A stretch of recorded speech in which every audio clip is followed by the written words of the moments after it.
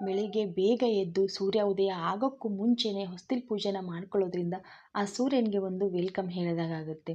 ಹಾಗೆ ಲಕ್ಷ್ಮಿ ಮನೆಗೆ ಬರ್ತಾಳೆ ಅಂತ ಹೇಳ್ತಾರೆ. ಹೊಸ್ತಿಲಲ್ಲಿ ಶಿವ ಪಾರ್ವತಿ ನೆಲೆಸಿರ್ತಾರಂತೆ. ಹಾಗಾಗಿ ಹೊಸ್ತಿಲನ್ನ ನಾವು ಯಾವತ್ತೂ ತುಳ್ಕೊಂಡು ದಾಟಕ್ಕೆ ಹೋಗಬಾರ್ದು, ಅದು ನಮಗೆ ಶ್ರೇಯಸ್ಸಲ್ಲ. ನಾವು ಈ ರೀತಿ ಅರಿಶಿಣನೆಲ್ಲ ಲೇಪಿಸಿ ಅದಕ್ಕೆ ಅರಿಶಿಣ ಕುಂಕುಮನ ಹಚ್ಚಿ ಪೂಜೆ ಮಾಡೋದ್ರಿಂದ ನಮ್ಮ ಮನೆಯೊಳಗೆ ಯಾವುದೇ ರೀತಿ ನೆಗೆಟಿವ್ ಎನರ್ಜಿ ಅನ್ನೋದು ಪ್ರವೇಶ ಮಾಡೋಕ್ಕಾಗೋದಿಲ್ಲ. ಮನೆಯಲ್ಲಿ ಯಾವತ್ತೂ ಪಾಸಿಟಿವ್ ಎನರ್ಜಿ ತುಂಬಿಕೊಂಡಿರುತ್ತೆ. ನೀವು ಎಷ್ಟೇ ಬ್ಯುಸಿ ಆಗಿದ್ದರೂ, ನೀವು ವರ್ಕಿಂಗ್ ವುಮೆನ್ ಆದರೂ ಕೂಡ ನಿಮಗೆ ಡೈಲಿ ನಿಮಗೆ ಹೊಸ್ತಿಲು ಪೂಜೆನ ಮಾಡೋಕ್ಕಾಗದೇ ಹೋದರೂ ಪರವಾಗಿಲ್ಲ, ವಾರದಲ್ಲಿ 2 ದಿನನಾದರೂ ನೀವು ಹೊಸ್ತಿಲು ಪೂಜೆನ ಮಾಡ್ಕೊಳ್ಳಿ.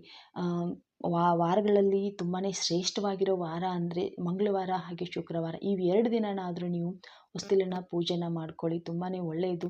ನಮ್ಮ ಮನೆಗೆ ಒಳ್ಳೆಯದಾಗತ್ತೆ ಅನ್ನೋದಾದರೆ ಸ್ವಲ್ಪ ಒಂದು 10